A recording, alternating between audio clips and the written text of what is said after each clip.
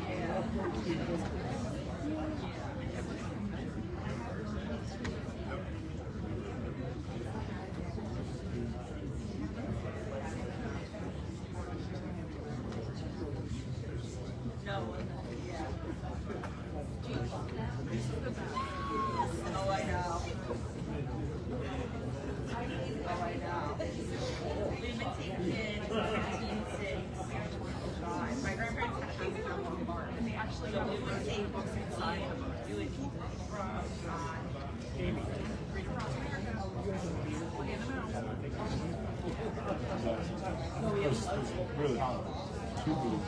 Oh yeah, it's not on. It looks like a macaroni.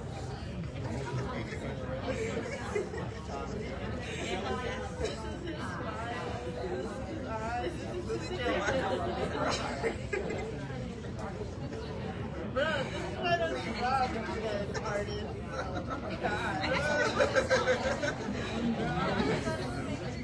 Yeah, right. This is a good idea.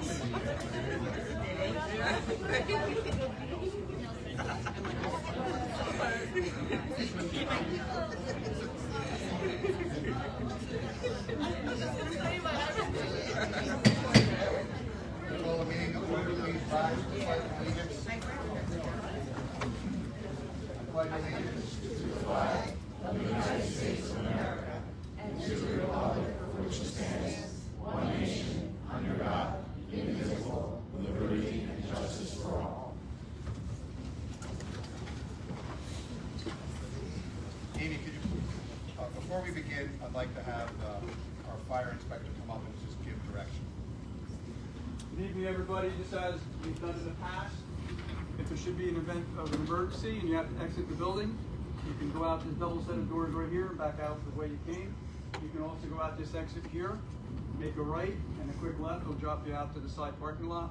And for those of you who are in the courtroom, you can come out the way you came, back out the main way, or there's a remote exit that will bring you back out the alleyway, and you can go out either left or right. So we all know our exits, and just in case, okay? Thank you. Thank you. Amy, please read the open public meeting statement. Adequate notice of this meeting in the Town Council of the Township of Roxbury will be given as required by the Open Public Meetings Act as follows.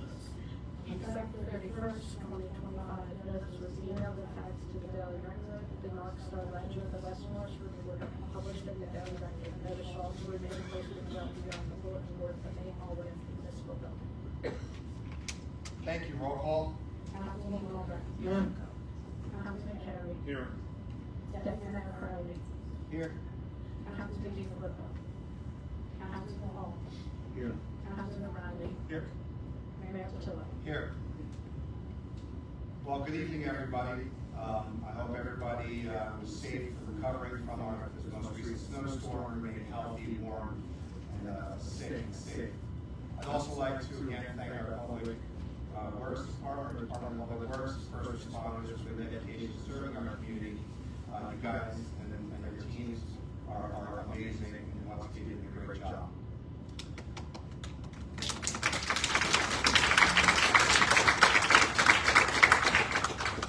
As we announced on Friday, it is with deep disappointment that we were informed that we had to inform our residents that the U.S. Immigration and Customs Enforcement had closed on the purchase of a property from Delphin Industrial here in Roxbury Township.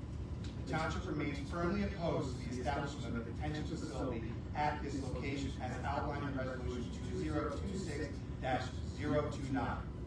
We have consistently voiced our concerns through public statements, official meetings, and direct engagement with our state and federal representatives. And we have backed that statement with action over the past 8 weeks. The township and our professional staff have pursued fact-based and lawful avenues available to prevent this outcome. We have engaged with Delphin Industrial in good faith to explore opportunities to bring more community-appropriate use to this property.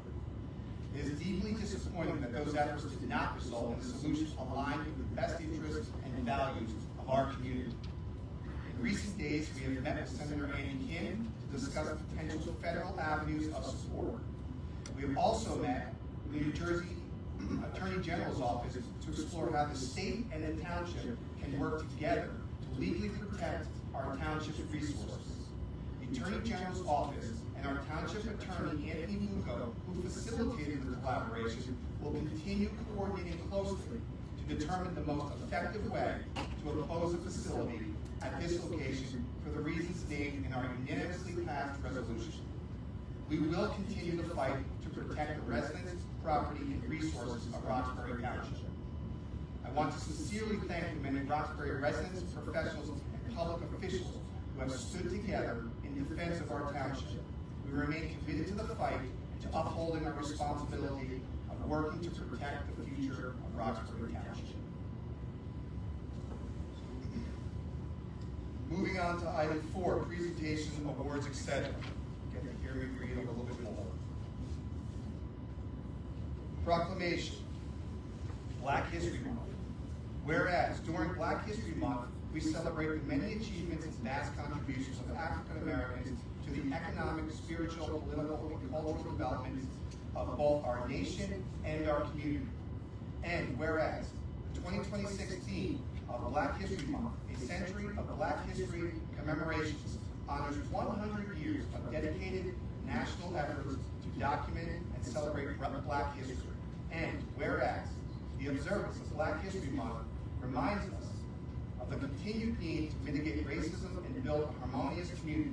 And whereas Roxbury Township continues to work towards becoming a more inclusive community where within all people are respected and recognized for their contributions and potential contributions to our community, state, country, and world. And whereas Roxbury Township is proud to honor the history and contributions of African Americans in our community. Now, therefore, be it proclaimed that we, the Roxbury Township Council, hereby recognize February as Black History Month and urge all residents to recognize the contributions made by members of the African American community and to actively promote the principles of equality and liberty. Dated February 24th, 2026, Mayor Sean Patillo.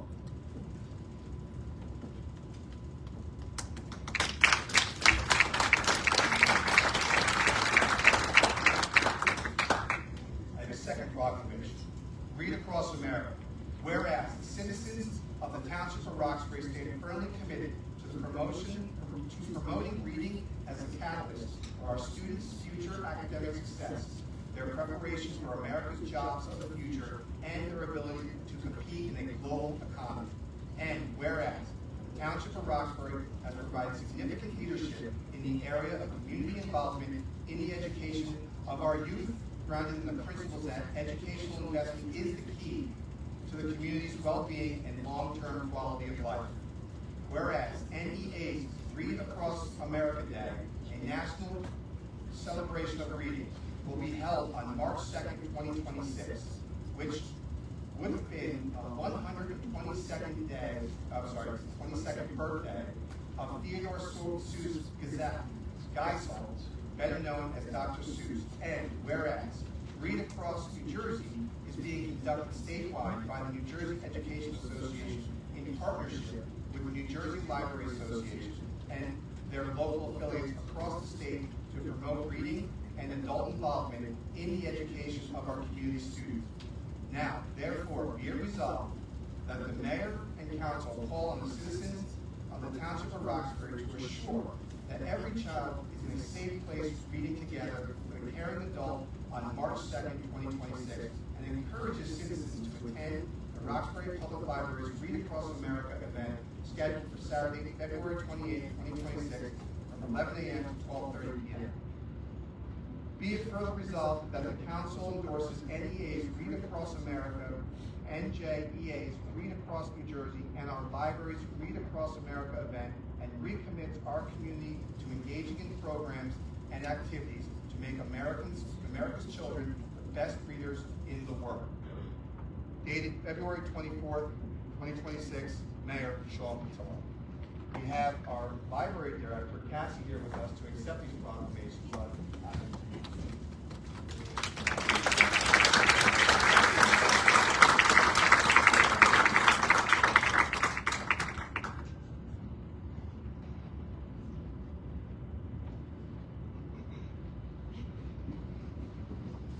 That brings us to quarterly reports, Q4 2025.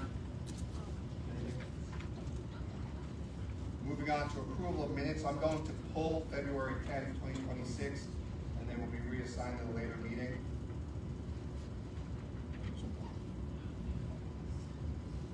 This brings us to our first public portions for the night. I'd like to ask that we have anybody who would like to speak during the first public portion to focus on township business before we start talking about 1879 through 46. Is there anybody in the audience that wishes to be heard on any township business? All right, seeing none, I'm going to close public. We will have a second public in just a little while. This brings us to reports of council liaisons, representative council committee, new and old business. Reports of council liaison, representative council committee. I'll start off. First off, we had, as everyone knows, we had a big snowstorm. I really want to thank the DPW, our first responders. They do an amazing job. And where's our fire department? There it is. I thank you for opening up your department houses for warming stations for our Roxbury residents. It's truly appreciated. Everybody that chips in to make sure our community stays safe. The Deputy Mayor and I also attended our Roxbury High School High Five multicultural event. And I really wanted to thank Marcia Padero for putting that together. It's just a great opportunity for Roxbury to celebrate the melting pot that we are, and the traditions and cultures from all across the world be brought here into Roxbury and celebrated. So thank you, Marcia, for everything and all the volunteers that make that event great. That's all I have. Deputy Mayor? Thank you, Mayor. It's the same thing. DPW, the first responders, the warming station is fantastic. It's really a great community. The other one I want to add are residents, the volunteers to go and help all their neighbors when they see that their neighbors are struggling, especially with the amount of snow that we had, the heavy weight of the snow. And this was a weekend that was very busy. Steve, I know DPW was also at the library, working on the library over the weekend, so things go on. I want to thank you very much for everything. Thank you, Mayor. Thank you. Councilwoman Albrecht? Thank you. I would also like to thank the DPW, all of our fire and first aid and police officers. It's going to be another busy couple of days and another busy weekend for my anniversary. We're not fast enough for this summer. Thank you. Councilman Hall? If you're quick, can you hear me out there? No. I had some issues with this the last time. How about now? Yeah. A little better? Yeah. Boy, I gotta get close to this. Steve and the rest of the DPW, just want to reiterate what we stated. Bad storm, great effort. We really helped out a lot of people, so really appreciate all your efforts with this last storm. We're moving forward with the grant opportunity today in our packet for Imagination Station.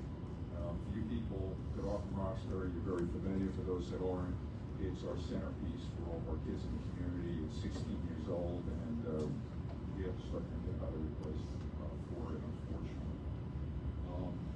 We have several meetings, just affordable housing, we have recreation meetings, we have environmental commission meetings. And I want to just reiterate something that Deputy Mayor Crowley has said. You know, I'll tell you something, during the last storm that we had, I've never seen so many people going out with their snow blowers and going to people's houses that were shoveling snow to help them out. So, you know, we have that type of a community, and just keep it up. I find it very, very heartwarming, to say the least, to see all this going on. And congratulations to all the people that won awards in the Olympics. Very, very exciting time. I hope everybody gets a chance to see it. Thank you. Thank you. Councilman Riley? I too would like to thank DPW, first responders, police, fire, EMS. Thank you very much. You guys pull us through these storms every time.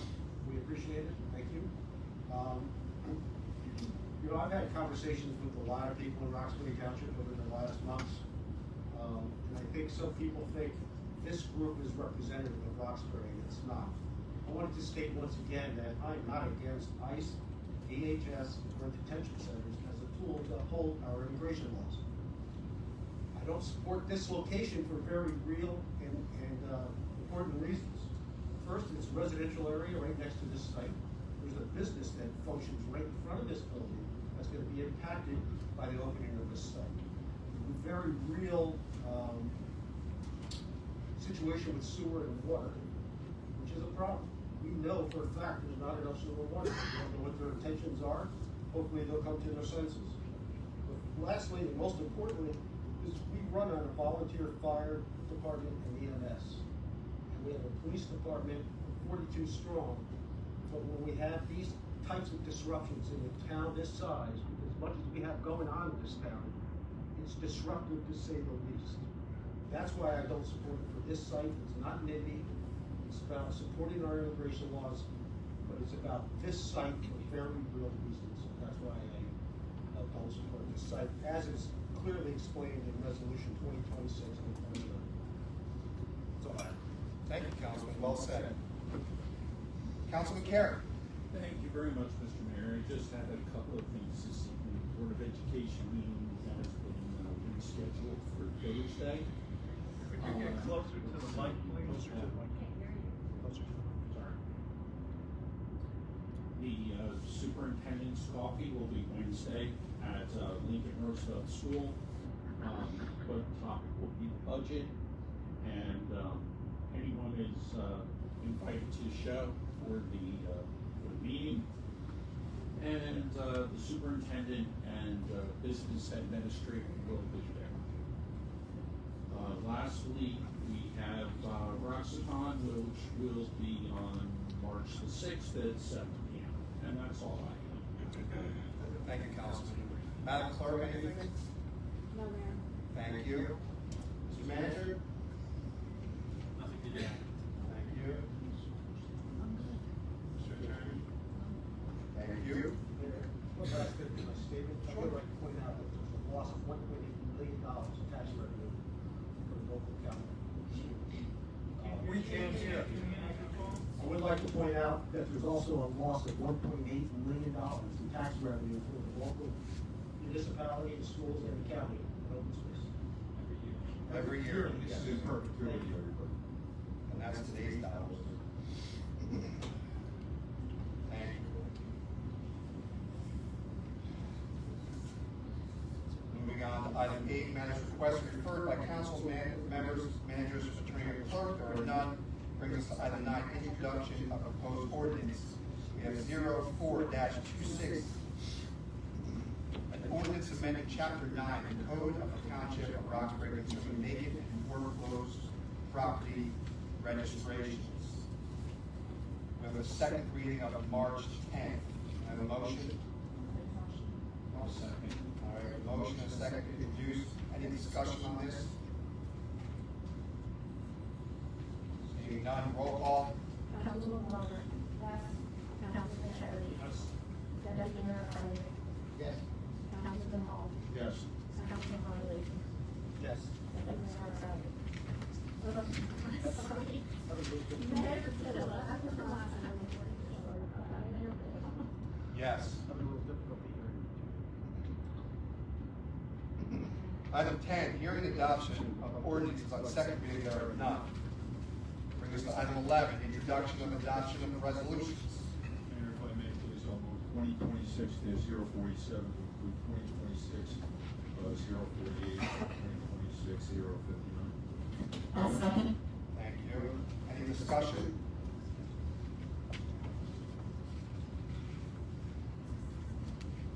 Seeing none, roll call. Councilman Robert. Yes. Councilman Sherry. Yes.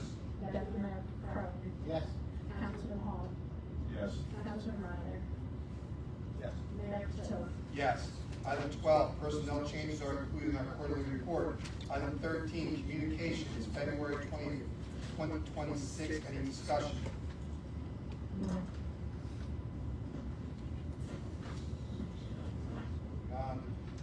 Item 14, this is our second public portion. I'm going to open it up to the public for any topic. I'd ask that everybody please come one time. Anyone who wishes to speak, please state your name and address for the record. Come up one time, and we will stick to the 3-minute rule. Hello, can you hear me?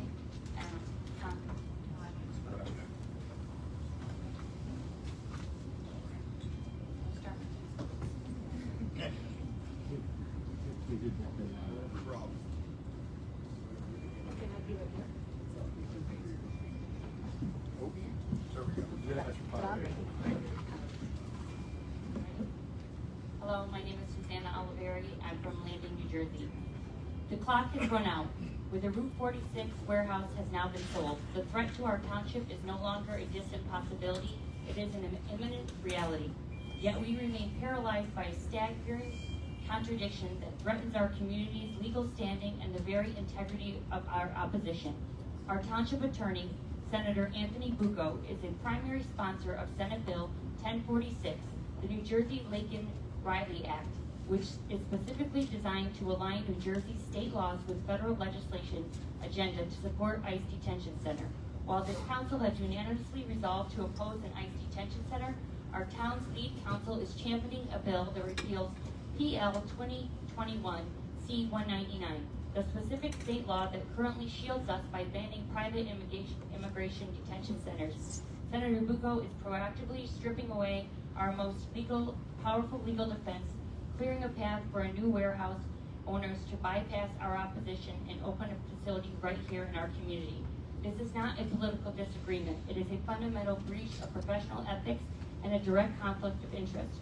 We are being led into a battle by a general who is simultaneously handing the keys to our gate to the federal government. The rules of professional conduct are clear. A lawyer cannot present a client whose political interests materially limit their independent advice by legalizing the very thing that Roxbury is trying to fight. Senator Bucco has divided his loyalties beyond repair. He cannot serve two masters. He cannot claim to defend Roxbury in this room while drafting the blueprint for our defeat in Trenton. Continuing to retain Senator Bucco suggests that this council's opposition is merely a performative show, a theatric display to pacify residents while our legal armor is dismantled behind the scenes. If you were serious about stopping this facility, you would recognize that an attorney who builds roads for ICE to enter our township cannot be trusted to stand in the way. Senator Bucco has been willfully asleep at the wheel while we could be mere weeks away from a detention center in our own backyard. I ask this council today, are we to believe Mayor Patillo and this council were unaware of the state Senate leaders, Republican leaders' sponsored bills and voting record, or have you willfully ignored a legislative record in history that directly undermines our town? Are we to believe that this council has been so gullible as to believe the words of a two-headed snake? The people of Roxbury see this as blatant conflict of interest, and we will not accept theater in place of action. It is time for real accountability.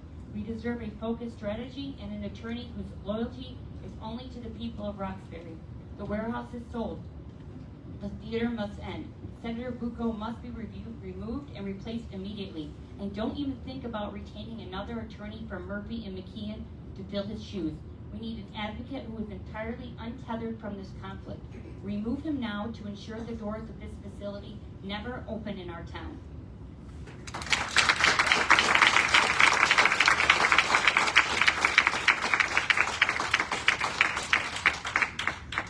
Good evening, Corey Herbig from Parsippany. I just want to say off the top that Councilman Riley, your statement is actually the definition of NIMBY, so I just wanted to put that out there immediately. I also wanted to say, do you know what this is? You guys recognize this? This is the floor plan for a similar warehouse that's proposed in Social Circle, Georgia. Not this one. You know what this one is? It's the floor plan from Auschwitz. I can't help but see the stark similarities between these two documents. I also want to let you know that the town manager in Social Circle is refusing to turn on water to the warehouse there. Concrete action. We've been begging you for months now to take concrete action to make it as difficult as possible for ICE to open a concentration camp here, and you have refused. In case I have failed to mention it before, I'm an attorney, and I have a certificate in environmental law from Pace University. Senator Bucco, are you familiar with the National Environmental Policy Act, NEPA, and the Administrative Procedures Act, the APA, Basic 101 from law school? The state of Maryland filed a lawsuit this week against DHS asking the federal district court to vacate the purchase of a warehouse by DHS in Williamsport, Maryland, and enjoining any further implementation of the decision to convert that warehouse to a detention center. That lawsuit was filed under NEPA and the APA. Concrete action. Senator Bucco, I'm curious whether you've advised the council that they likely have viable causes of action under both NEPA and the APA, considering DHS's failure to complete an environmental impact statement as required by NEPA. Under DHS's own internal guidance, they have always required an EIS for projects that involve the purchase, construction, renovation, and operation of immigration detention and processing centers. I have a copy of the complaint for you to review, Senator Bucco. I'm happy to leave it. Great. Can you turn? Senator. Hold on. If you don't, just please address me. Sure. I am incredibly heartened to hear that you've met with the Attorney General. That's the kind of concrete action that we're looking for. And we look forward to hearing more as those efforts take shape. Given the significant impact this project will have on waterways, wildlife, environmentally sensitive areas like the Highlands, air quality, traffic, and road infrastructure, and public health and safety, I'm wondering if any members of the council have also reached out to the Governor's Office, the New Jersey Department of Environmental Protection, or the Highlands Council. Concrete action. Senator Bucco has been informed of a 30-day notice requirement to DEP prior to any sale of the property due to an easement on the deed. Have any of you reached out to DEP to ask them if that notice was given? If it hasn't been given, have you asked DEP to file a lawsuit to vacate the sale based on Dolphin and Goldman Sachs' failure to comply with this provision of their deed? Concrete action. For months now, we have implored you to take concrete action. I truly wish you would have heard our pleas sooner and taken any and all concrete actions possible. He interrupted me. I'd like to finish my statement. I have like 2 seconds. I truly wish. Listen, we have to abide by the rules here, guys, okay? So please. Yeah, I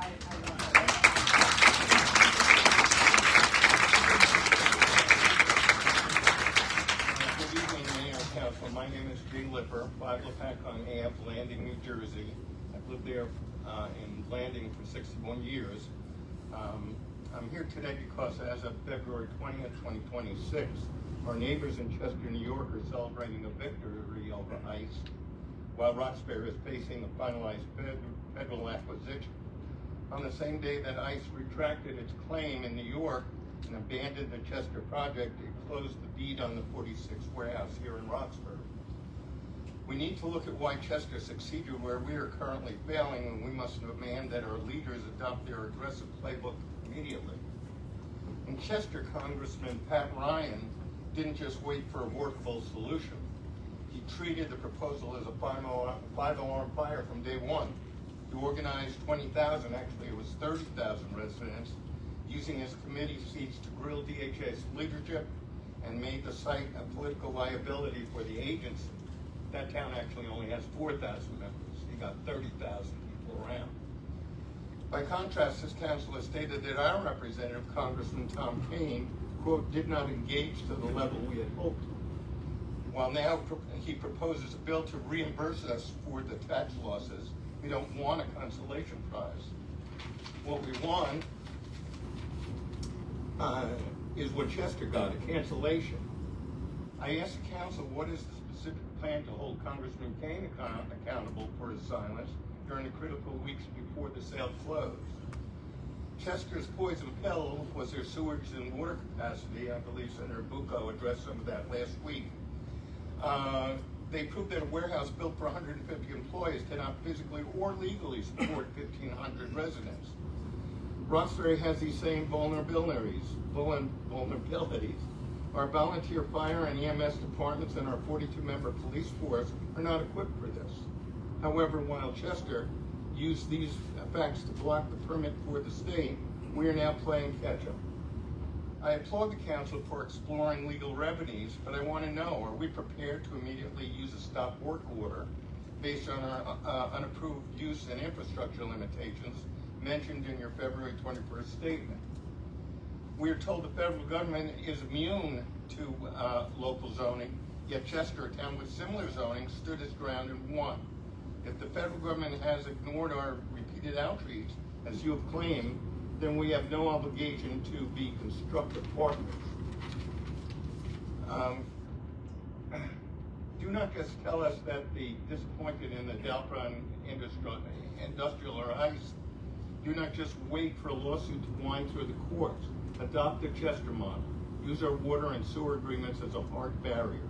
Demand that Congressman Kane move beyond frustration and use its federal leverage to demand his rescission in the state.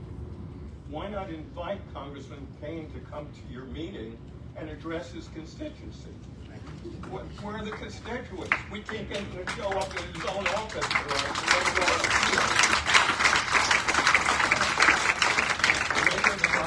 voting for local self-government? Thank you. Okay, thank you.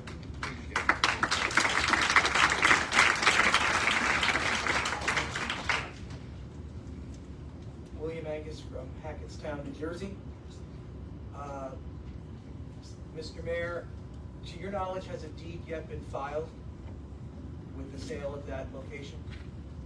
I have not seen it. And have you seen any request to split the property in two, to subdivide it? Have you seen anything like that from Delphi? The reason that I ask these questions is there is not one but 3 warehouses on that property, and 2 of them are currently active as traditional warehouses. I don't really think DHS is interested in running a business in those other warehouses. So it strikes me as strange why they would purposely buy a property with buildings that they clearly don't have a use for. My concern is that they really do have a use for it. My concern is that they're going to kick out the businesses that are in those warehouses, and that they are then going to use it as a staging area. And we're going to see massive amounts of ICE activity. And I don't think I need to remind you that we had a shooting by ICE agents in Apacom not too long ago.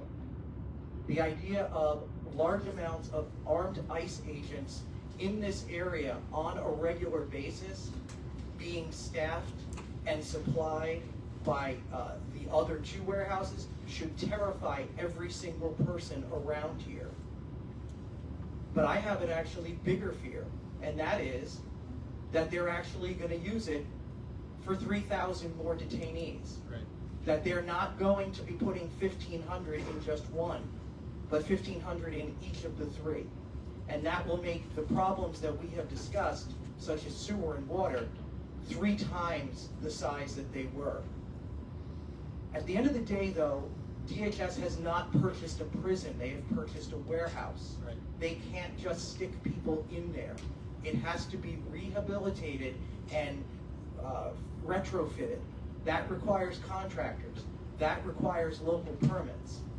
Now, you can deny them those permits, and I certainly hope that you would, but we have seen ICE's behavior before is to casually ignore them and continue what they are doing, which is what happened in Delaney Hall as Newark was fighting them. They just went ahead and did it anyway. So, my question to you is, are you willing to padlock that building to keep contractors out? Are you willing to have Chief Holland and his officers barricade that entrance into that property? Because that's what it's going to take. They don't care about you or us, and they will do whatever the hell they want. So I just hope that you are prepared to take extreme measures, because that's what's going to be required if they proceed with this. Thank you.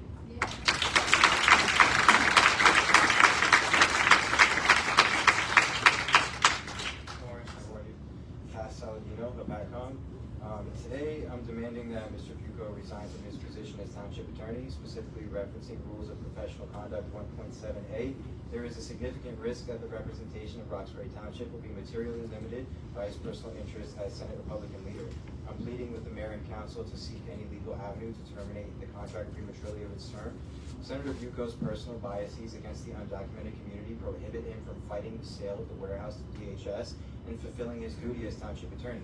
We know with certainty that Mr. Pucco is advising the Mayor and Council to just give up.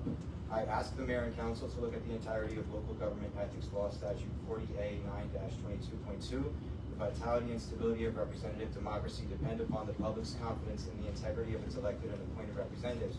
Whenever the public perceives a conflict between the private interest and the public duties of a government officer or employee, that confidence is imperiled.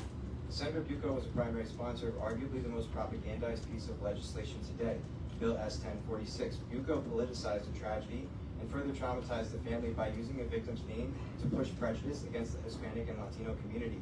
The bill exponentially accelerated the dehumanization of this community and therefore made them more susceptible to violence.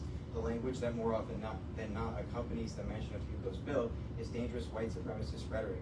As recently as 5 days ago, Senator Pucco voted against 3 bills that would help protect the community. Pucco voted against prohibiting law enforcement officers from wearing masks and requiring them to ID themselves prior to arrest or detainment. Pucco voted against codifying the AG directive, which would clarify that our state and local law enforcement officers are not obligated to do work outside of their existing responsibilities. Pucco voted against the Privacy Protection Act, which prohibits the collecting or sharing of personal information by government entities or healthcare facilities. Mr. Pucco also serves as co-chair of the Legislative Disability Caucus, which is a group to advocate and ensure that the needs of the disabled community are considered in public policies. Hypocritically, Mr. Pucco has no issue turning his cheek to the inhumane treatment of disabled individuals inside of these camps. Mr. Pucco preaches affordability as a senator, but rather than targeting rising costs and corporate greed, he wants the government to spend billions of dollars on warehouses to traffic human beings. It's imperative that we fight as hard as possible. This facility will cause irreparable damage to our community and our country, but you can't win a relay race if the last guy you pass the baton to is going to turn around and run the other way. And that's what Mr. Pucco is going to do for you. Mr. Pucco is getting paid $155 an hour to sit here and play in everybody's face. We have a chance to stop this facility, but that has to start with removing Mr. Pucco. Thank you for your time.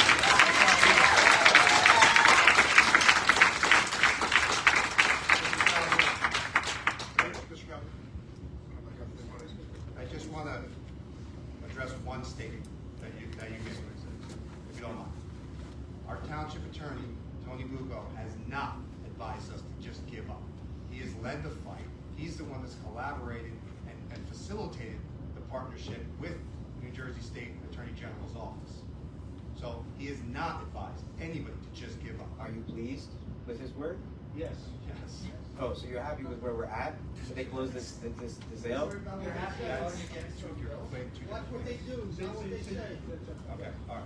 I just want to address that. Okay. That's it. All right, well, look at where we are. Thank you, sir. All right, you're welcome. Yeah. I'll talk. Do something then. Do something then. I don't know. Do your job.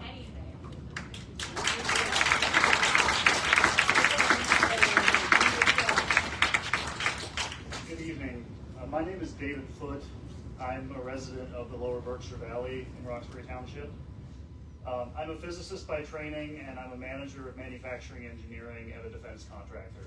I want to be clear that I'm representing myself here. I'm not representing my job, but I thought it was important to bring up my profession for a couple of reasons.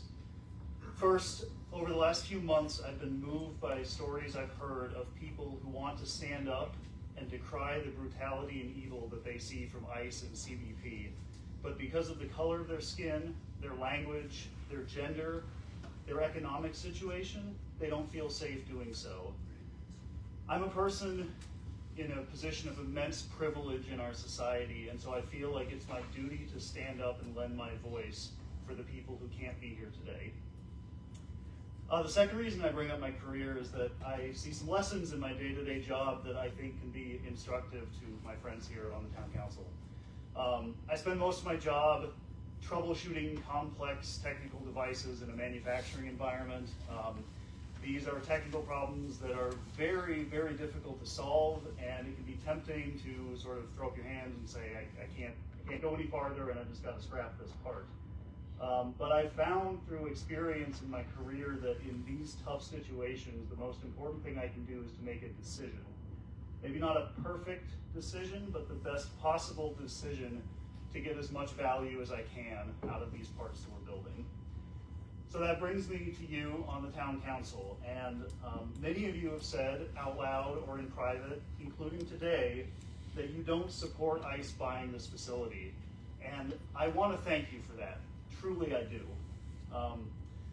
But I do worry that maybe you're giving in a little bit to that sort of cynical view that I just pointed out, that throwing up your hands and saying, we've done all we can. But I just want to implore to you that that is not true.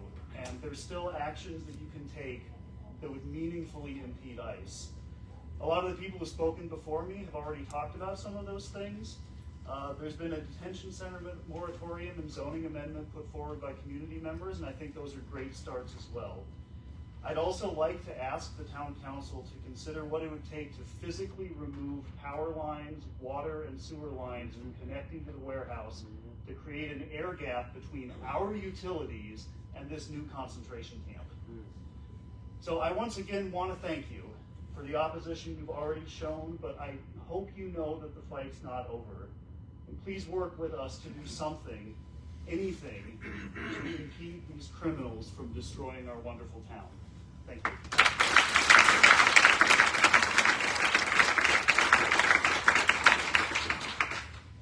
Hello again. My name is David Broderick. I'm a retired attorney. I'm a retired attorney. I live in Rockaway. Where are you from? I was about to tell you. I live in Rockaway Township. And I had a couple of points for you, but I wanted to say two things initially. First, I'm very heartened that you're speaking to the New Jersey Attorney General's office, and I hope that that's a fruitful discussion. Secondly, I also want to let everyone know that this morning, Merrimack, New Hampshire was told by ICE that the facility that they were attempting to purchase there, which was going to be basically the same number of beds as the Roxbury facility, ICE abandoned that effort and walked away. We think in part due to community opposition. So all hope is not lost. We're still in the fight. Wanted to mention a couple things. So 2 weeks ago, I stood before you and informed you there's a conservation easement on the property that requires 1 month's advance notice to NJDEP on any sale of the property. Yet Dolphin, and by extension DHS, chose to completely ignore this legal requirement. In doing so, they showed once again their contempt for our state and local government and our laws. We're planning to contact NJDEP to see if at a minimum, this willful disregard of the law results in fines or other penalties. Second, I wanted to make you aware that even though DHS has now presumably purchased the facility, there are certain federal laws which will now apply, which will give the town the ability to participate in the planning process going forward. And as I did last week, I have legal citations of other things. I'd like to supply these to Mr. Bucco after the fact, if that's acceptable. But the bottom line of these federal laws is that DHS must consult with the township prior to preparing any of its plans to convert the warehouse to a detention facility. It must submit these plans to the township in advance in order to allow the township to review them and prepare comments. And the township has up to 30 days to review and prepare comments. Also, during the process of conversion, if it gets to that, the town does have the right, upon reasonable notice, to inspect the properties and send people in to see what's happening and inspect. Barring a reversal of the sale, which all of us hope will be the bottom line, it's important that the township exercise these rights right now in order to have its input and those of its residents reflected in DHS's plans and protect the interests of the communities in the process. Thank you. Thank you.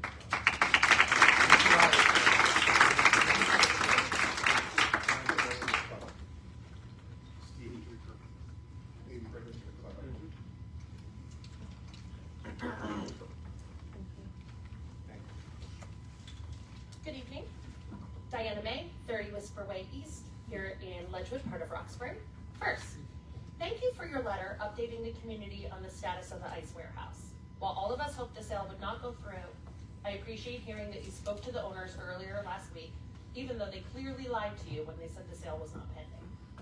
I also appreciate that you attempted to incentivize the owners by offering a tax abatement in lieu of selling to DHS. But I most appreciate that you publicly shared that Congressman Tom King Jr. did not engage with you in any substantial way, although he is claiming on social media, perhaps untruthfully, that he's been working closely with you all along. You also shared in your letter that DHS has completely ignored your inquiries. While we've not yet succeeded, in keeping an ICE detention center out of our community, this kind of transparency is important. Not only does it serve to inform the residents of this project's status, but also the precise failures of our local, state, and federal governments. We need to know the truth in order to appropriately fight for what we stand for. I know that's not easy to speak out, especially against the members and actions of one's own political party. But it's important to be truthful and transparent, so genuinely, thank you. Thank you to the Roxbury PD for continually ensuring our safety at our protests,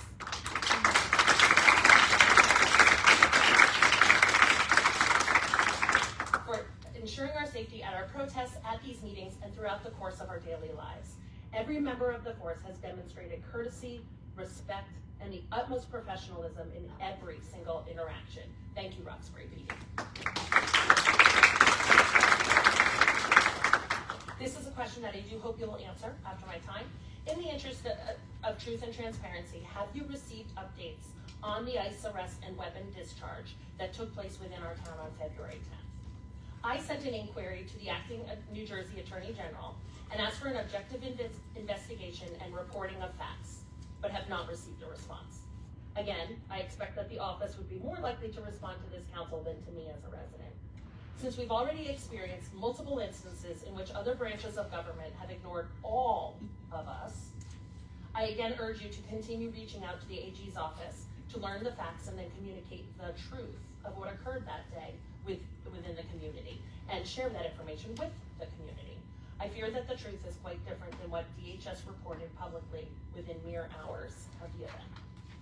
In December and January, this council stated that the ICE facility was a hypothetical and that this council could not make plans for a hypothetical situation.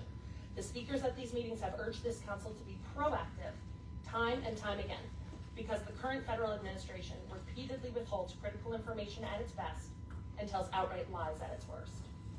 Now that now that this ICE prison is clearly in the works, and the state and federal officials are clearly lying, can we please make plans to fight this project with the primary goal of stopping it, and a secondary goal of at least making it as difficult as possible for the federal administration so they hesitate to take advantage of our town again in the future. And Thank you. is that the time? Thank you. Thank you. Can you please answer if you've been in touch with the AG's office about that, about getting the facts of that incident? Thank you. Thank you. Explains that. Good evening. My name is Michael Anthony from Landing, New Jersey. I spoke here several weeks ago with prepared remarks. Tonight, I'm just going to have 2 points. First one has already been covered. It's about the town's legal representation, so I'm not going to spend any more time talking about that. What I will do is put this in human terms. I have been a resident of this town for half a century, and some of the people on this council I have seen for quite a long time, and they have served this community well. And I'm asking you directly, do you want that legacy overshadowed by being part of a group that brought a prison to Roxbury? Because it's that simple, nothing else. So lofty words are great. Actions demand response. So please, do what you have to. And I have one question. I know I'm not supposed to ask questions, but I want to make sure I heard.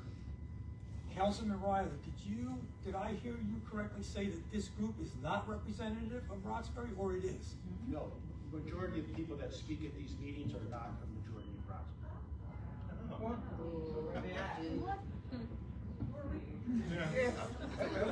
I'm not saying there's not Roxbury residents here, I speak to a lot of people that will not come here, I'm sorry. Okay. No, I just wanted a clarification, that's all. Thank you, sir. Thank you very much. Pay attention to the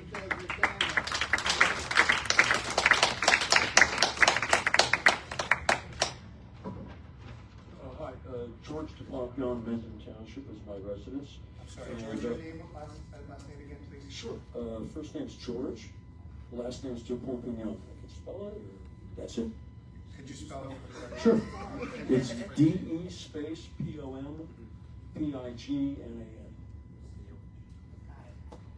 Thank you, sir. You said you're from Manhattan? Yes. Thank you.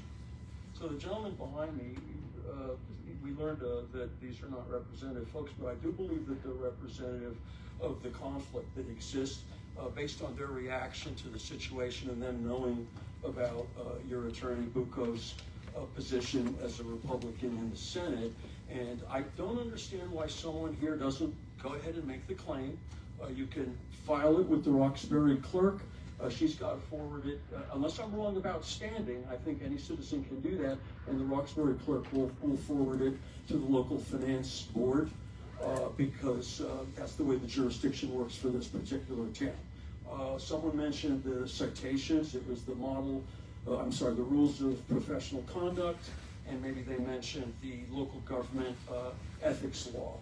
But both of those controlling authorities would, I think, suggest that Mr. Bucco should, in the case of the the professional rules of conduct, that he should leave the representation because of his own personal interest being intermingled in this, and likewise the municipal law, because for the same reason. Now, as a public entity, you cannot waive the conflict if there is a conflict or an appearance, because it's just not permitted under Jersey law, because having something that looks like that kills the public trust. So if you're private individuals, you could go ahead and waive the claim and say, I want Tony anyway to represent me, even though he's, did laws that actually opposed this situation over there as a Republican in the Senate.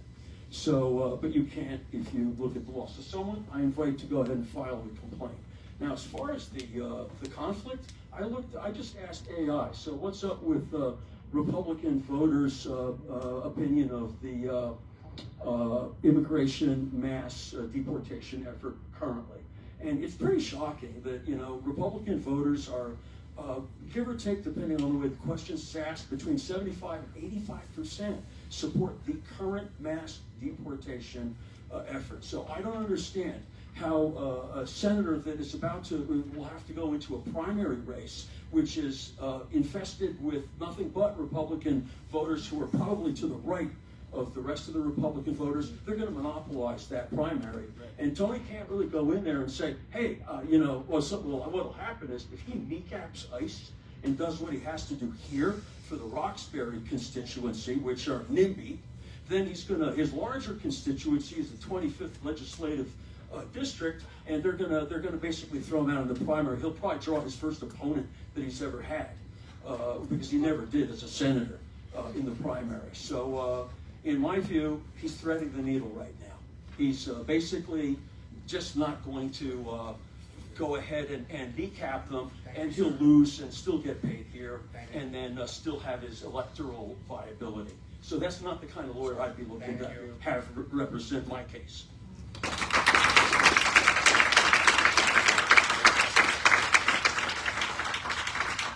Daniel Hawk from Suxana.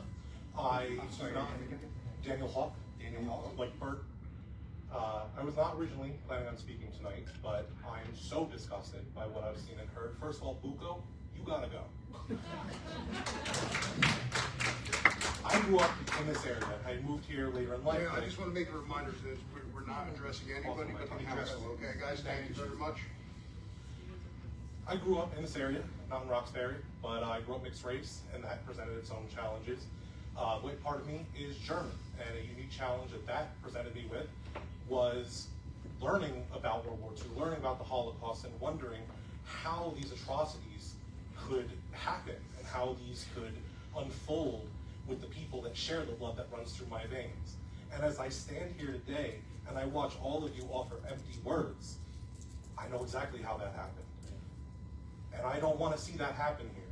And in 20 years, when this is all over, and all of you collaborators and people who do not stand in direct moral opposition of this, are trying to tell your children and grandchildren what happened now, just remember, history does not look kindly on fascist collaborators.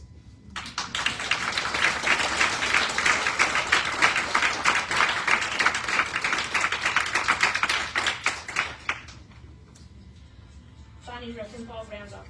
Mr. Bucco stated, this is not the time to lob a bunch of political bombs. I would encourage folks to rise above the political temperature and work together for the betterment of the township. Those that don't do a disservice to the community. I'm sure we all agree we're all human beings before Democrats, Republicans, or independents.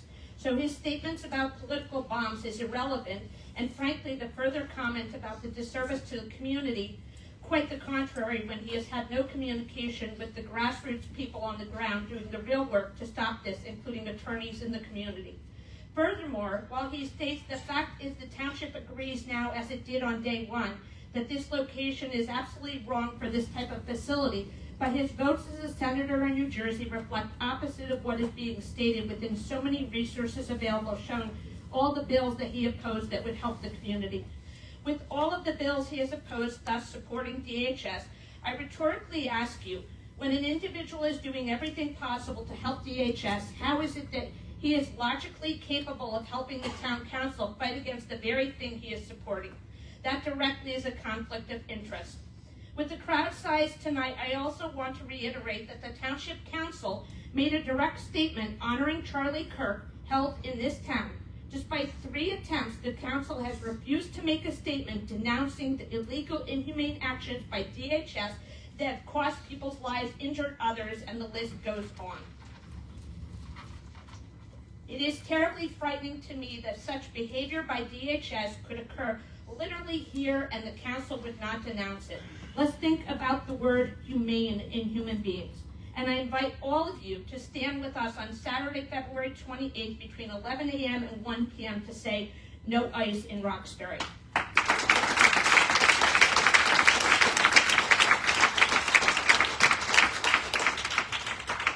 Good evening, Adam McGovern, 87 St. John's in Parsippany.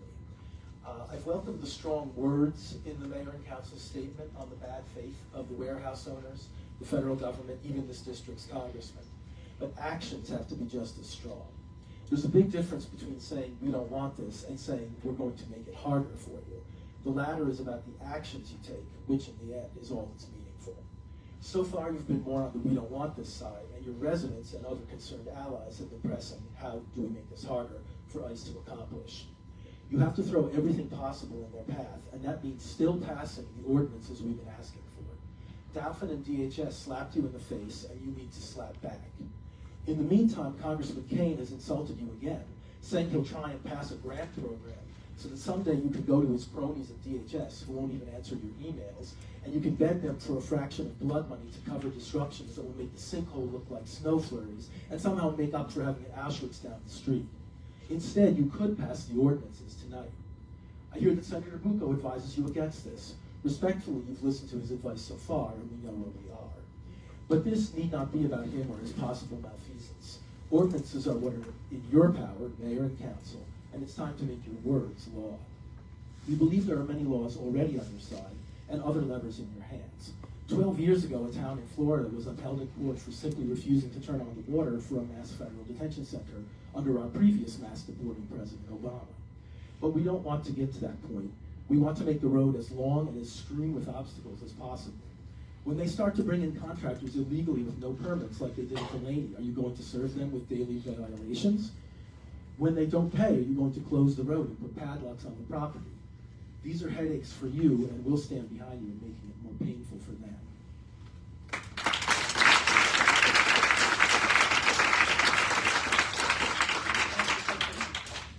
Hi, my name is Ann Yale. I live on Main Street in Fort Morris, arguably one of the perkier neighborhoods in town. I'm going to try not to say anything stupid, but I take an active and engaged interest in the health of the watershed in which we live, one of which is the Musconetcong, which is where all the sewage would go. The Musconetcong is not a very big river, and it cannot hold that much, so it would be at risk of contamination all the way down to the Delaware. With climate change, water is getting harder and harder to come by. Our wells are at capacity. I'm pretty sure my personal well is running dry already. So the logistical issues aside though, when I hear people talking about protecting the town, protecting the environment, protecting the neighborhoods, what about protecting the people who are going to live there? Seeing the behavior of DHS agents that have been on the roads, reports of conditions in existing facilities. I just say, right now, I like to take my walks in the evening and I can see the warehouse lights from where I am. And the last thing I want for any of us is to live downhill from downtown. Thank you.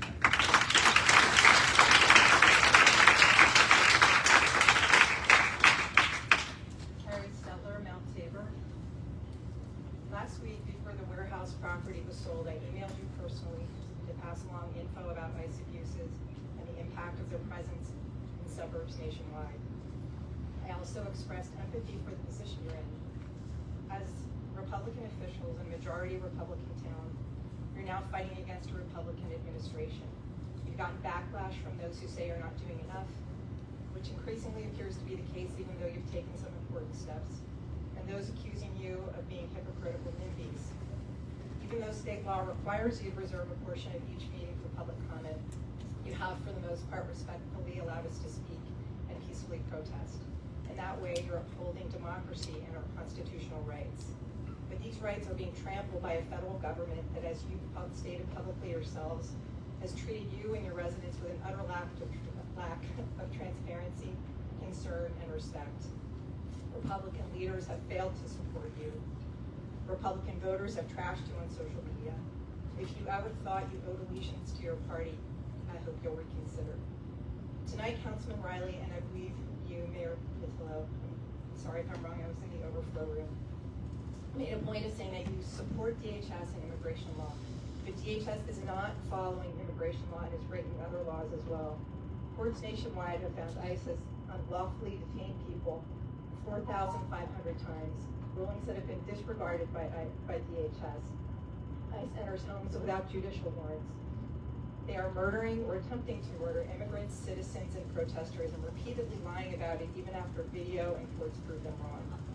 In Hopatcong last month, an immigrant had his tire shot out by an ICE agent brandishing a gun on a public road. DHS gave its usual spin. He was ramming their car, attacking agents. But his account in patch.com states otherwise and needs to be taken seriously. I have 2 additional points. Senator Bucco should not be paid to offer counsel when he supports policies that would expand the presence of ICE and its authority. Even if you have faith in his intentions and legal advice, his role creates an appearance of conflict of interest, and he should at least recuse himself.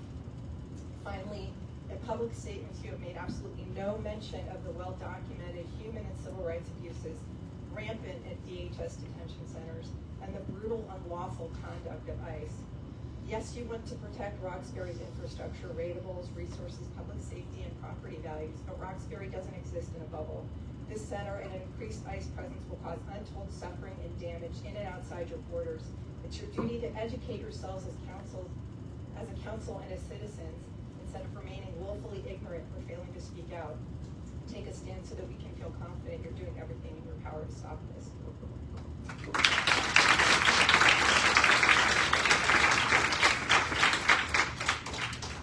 Good evening, my name is Maria Spots. I live at 64 St. Mary's Drive in Succossana, which is a part of Roxbury Township. I've been a taxpayer and property owner for about 14 years now. I just want to kind of put things in a little bit of a different perspective for you. Imagine that your child or your grandkid was on a sports team and they were preparing for the final game of their competitive season against a rival, right? The coaches come in and they're like, hey, we're going to bring in a clinician to help them, to give them last minute advice to help them for their game. Sounds like an amazing idea to bring in a clinician, an expert. And then as parents, you find out that clinician is a parent for the other team. We're paying that clinician to give our kids advice to win when that clinician's vested interest is in the success of the other team. As a parent, that would piss me off. And as a taxpayer and a community member, it also pisses me off. Thank you.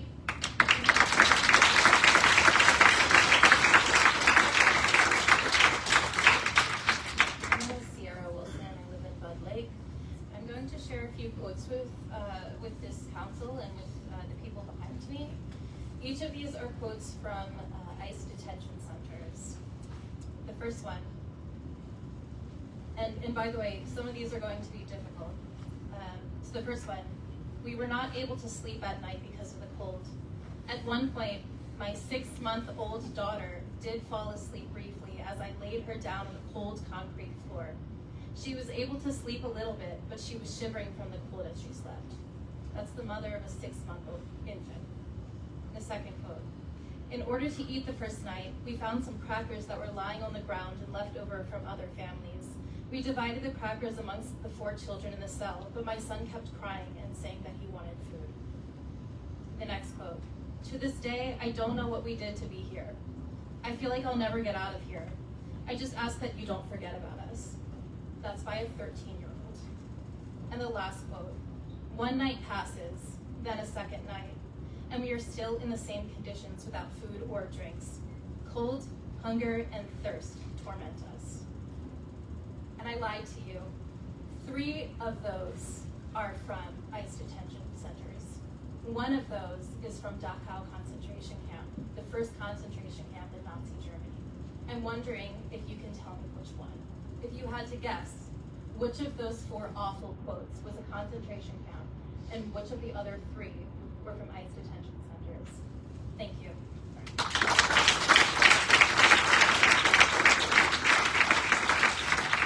Good evening. My name is Miguel Manalo. I live in Hapatcom. Here because of the proposed ICE detention facility at 1879 Route 46. It affects this entire region and my neighborhood. It means ICE agents monitoring our gatherings that make this area worth living in.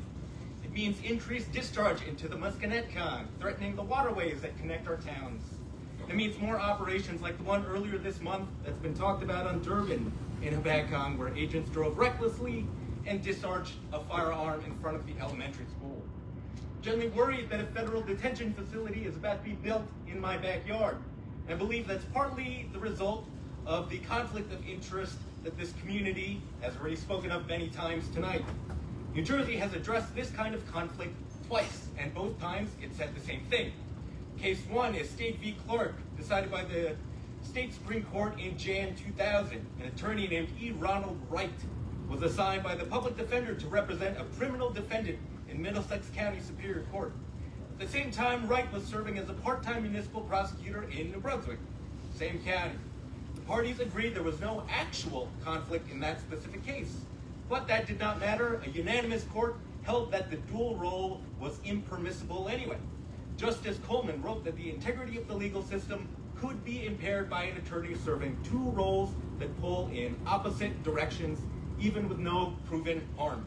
The court amended its own rules on the spot. Then, 6 years later, the NJ Advisory Committee on Professional Ethics for Attorneys picked up that principle and extended it. In opinion 709 from 06, the committee looked at a municipal police officer who was also a licensed attorney representing criminal defense clients. No actual conflict there either, they found, but again, that did not matter.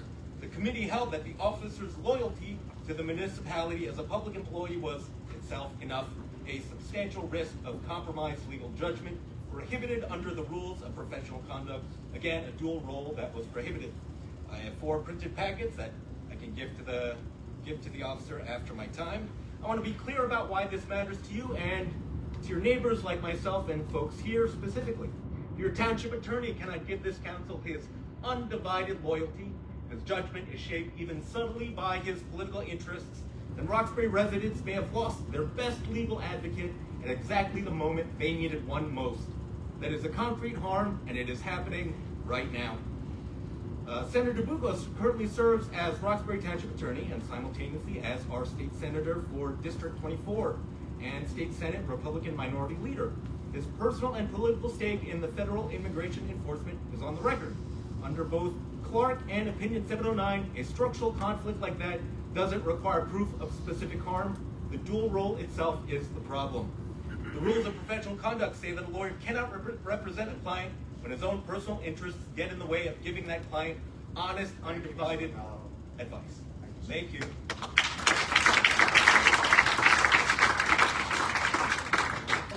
Hello, my name is Atish Gupta. I live in Newton, New Jersey, and I would like to say that I support the decisions or the recommendations put forward by other concerned citizens that Bucco has a conflict of interest due to his position in the state senate. I think he should resign immediately, and the council should seek outside legal counsel on these matters so that we can prevent this concentration camp from being built.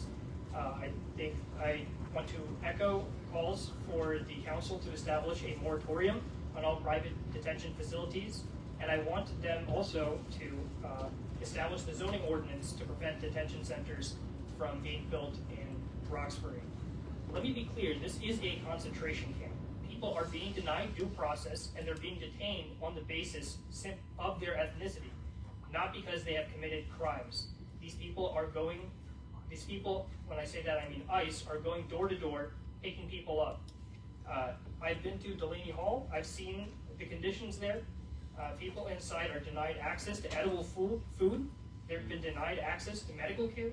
And if you had any concerns about this place being a death camp, there have been people who have died inside due to these conditions. I've seen the families standing outside, denied access to their loved ones because they're wearing leggings, forced to stand in sub-freezing temperatures, and then rushed out after 10 minutes. There are members on this council that say that they support ICE. They support an agency that is depriving innocent people of due process and sending them to torture facilities.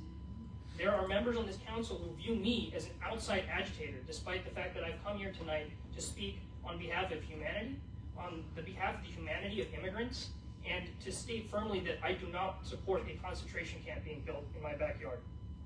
And while feckless bureaucrats may not be able to prevent this camp from being built, everyone in this room who has come out to support this cause will stand in the way of DHS and ICE from building this facility. Where you guys fail, we will rise to the occasion. I want to restate, my name is Atish Gupta. I'm a Democratic Socialist, and people like me were some of the first to be sent to Dachau.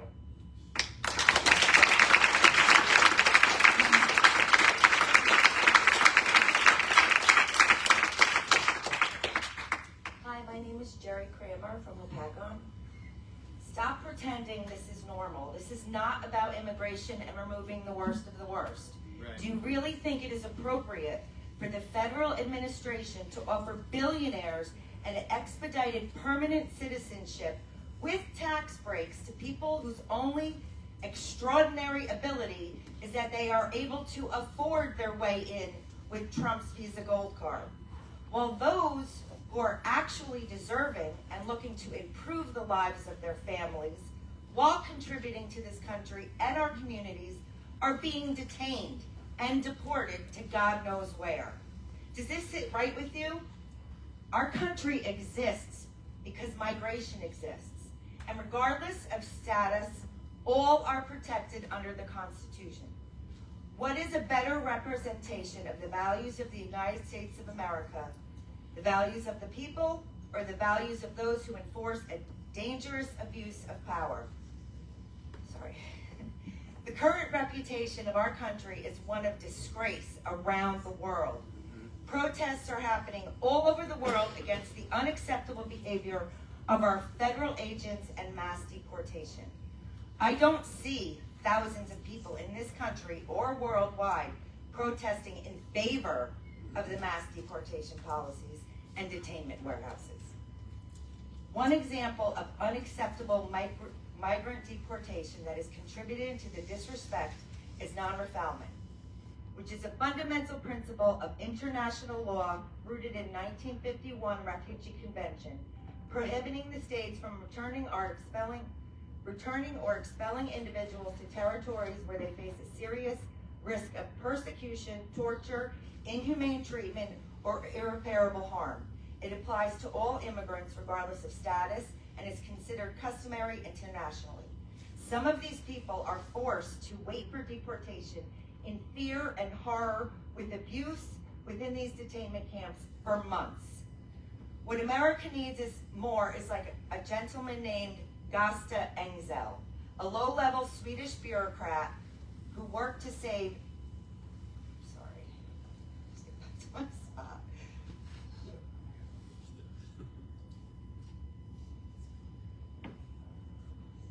Okay. A low-level Swedish bureaucrat who used paperwork to save thousands of Jewish lives.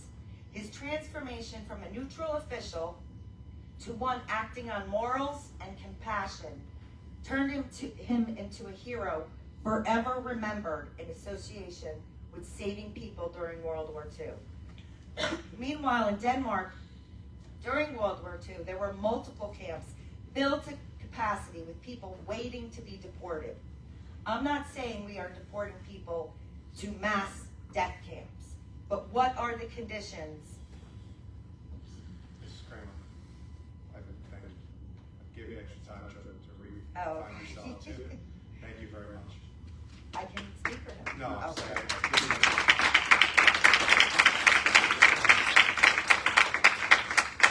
Just 1 second, okay? Is there anybody else in the out in the hallway? Anybody else? Okay. The young lady in the back, she'll be the last person to speak during this public portion, okay? Go ahead, sir. My name is Chris Tiro. I live in Mount Olive. This is not a dictatorship as much as we'd like to think it is, as much as scary as what's going on in the government right now is. We still live in a system of federalism. There are still laws that need to be enforced. We still have states that have their own sovereignty. We still have local jurisdictions that have their own right to self-determination. And every single time that the Trump administration is challenged in court, they lose. Every single time. Every single time ICE tries to overstep, every single time that they try to mobilize the National Guard in different states, and you can look me in the eye while I'm talking, they lose. So you guys continuing to have a Republican leader on staff who is consistently pro-ICE, who is adamantly pro-ICE, is not acceptable to us. And we call for his resignation, and you guys say that you oppose this, and you sit here in front of us every single week with nothing on the agenda formally that even mentions ICE. There are no resolutions, there are no ordinances, there are no zoning adoptions, and there are citizens in here that have come here every single week who pour their hearts out to you, and you guys look at them with contempt. You guys look at them like you're bored, like you just want this to disappear and move on. And people come here with legal arguments. People come here with meaningful pathways to fighting this, and still nothing has changed. And it's embarrassing to even tell people that I grew up here, that I'm from here, that I'm from the town that has an ICE detention facility, a concentration camp that is being proposed in our backyard. But at the end of the day, you don't represent us, you don't speak for us. We are represented by the hundreds of people who come here every single week. People from the community who are fighting for people who they do not know, people that do not look like us. And we are doing it selflessly. We are not being paid to do this. You guys are here paid every single week to represent this community, and you're failing to do so. You're failing to protect us, and it is an absolute fucking embarrassment. And all of you need to resign immediately.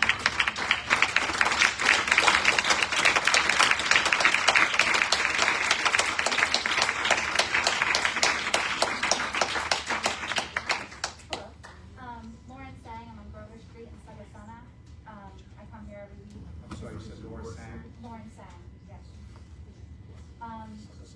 I've lived here for 13 years and I love it here, and I echo all the statements that have been said here tonight opposing this ICE facility. I'm not going to go into anything big, and everybody's been saying their piece, and I agree. But I'm also asking for an independent attorney to come in and assist us going forward.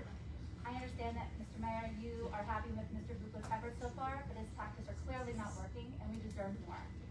Also, Councilman Riley, tonight I heard that you said that we don't represent all of Roxbury. Then where are they? Why aren't they here speaking up for their town, whether they are for or against this facility? Their silence should not count more than us speaking out here every week. This is Roxbury.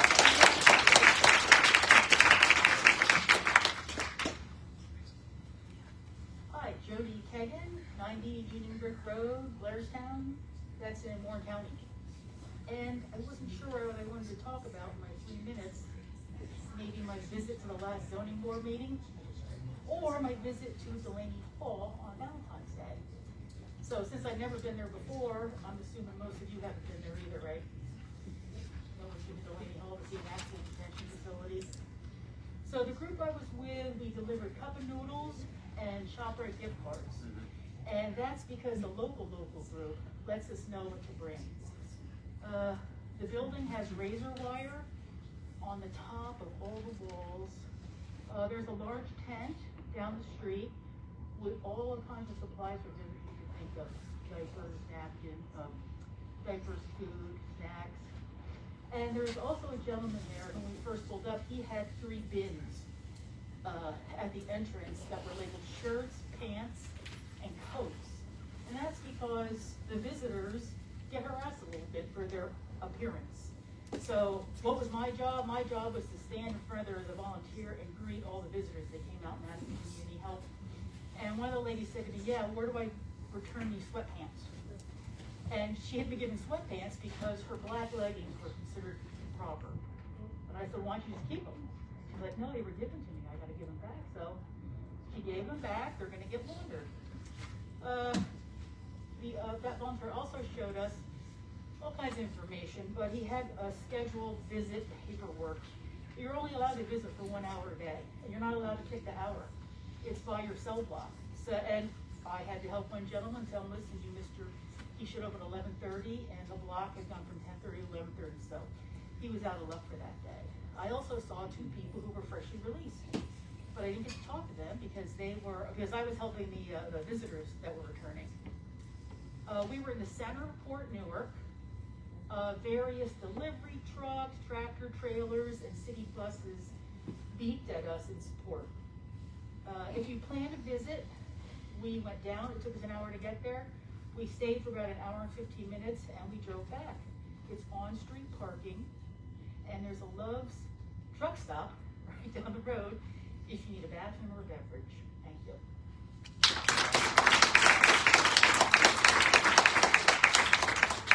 Good evening, Council. My name is Susan Rosenthal. I'm a resident of Randolph Township and have lived there for 48 years, a neighboring community. There has been much discussion this evening about the Holocaust, genocide, concentration camps. Most of you people in this room represent some religion, be it a church, a temple, a mosque. Hanging in each of those facilities are the 10 Commandments. But there has been reference recently to an 11th commandment. The commandment, thou shalt not be a bystander. I have only attended one other meeting, December 30th, 2025, when you gentlemen stood, and lady, I'm sorry, stood here and said that you had first learned about the possibility of a detention center. I'm also a paralegal, a practicing paralegal. I believe that on December 30th, 2025, you knew there might be a contract. A closing on a commercial piece of property doesn't take place overnight. It had to have been in existence at least 1 month, and there have been no ordinances, no resolutions, no actions. Please, I beg of you, don't be a bystander. Thank you.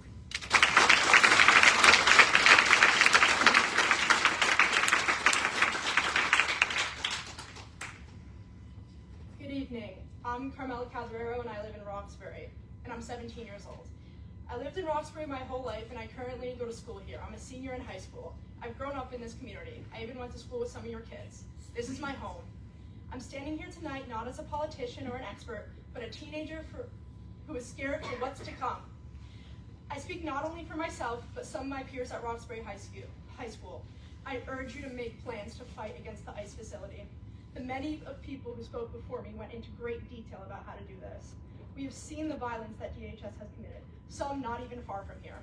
When I think about the town I want to grow up in, I hope it's the one that chooses compassion over fear. I hope it's one that protects its neighbors. I hope it's one that makes young people like me feel proud and not afraid. I love Roxbury, and that's why I'm standing up here. And I'm asking you to make choices that keep it a place where everybody feels safe. And I urge you to fight. And if you won't, we will. Thank you.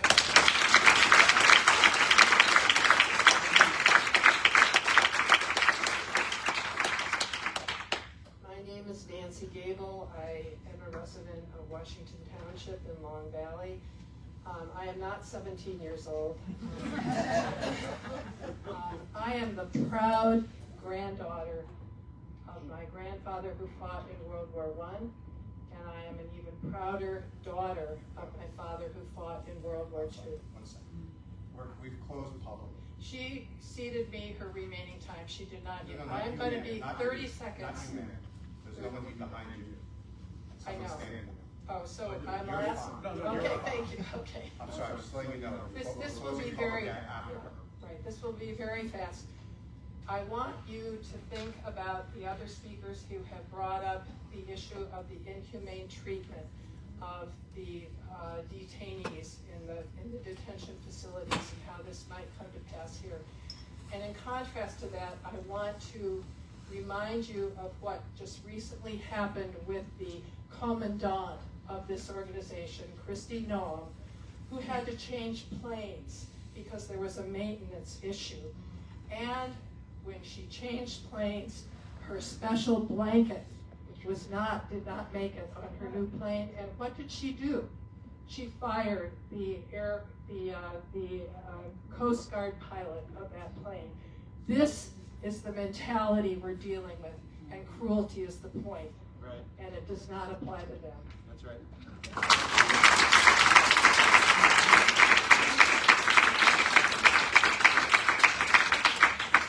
Close public. Move on to item 15. We have executive session tonight. Seeing none, motion to adjourn.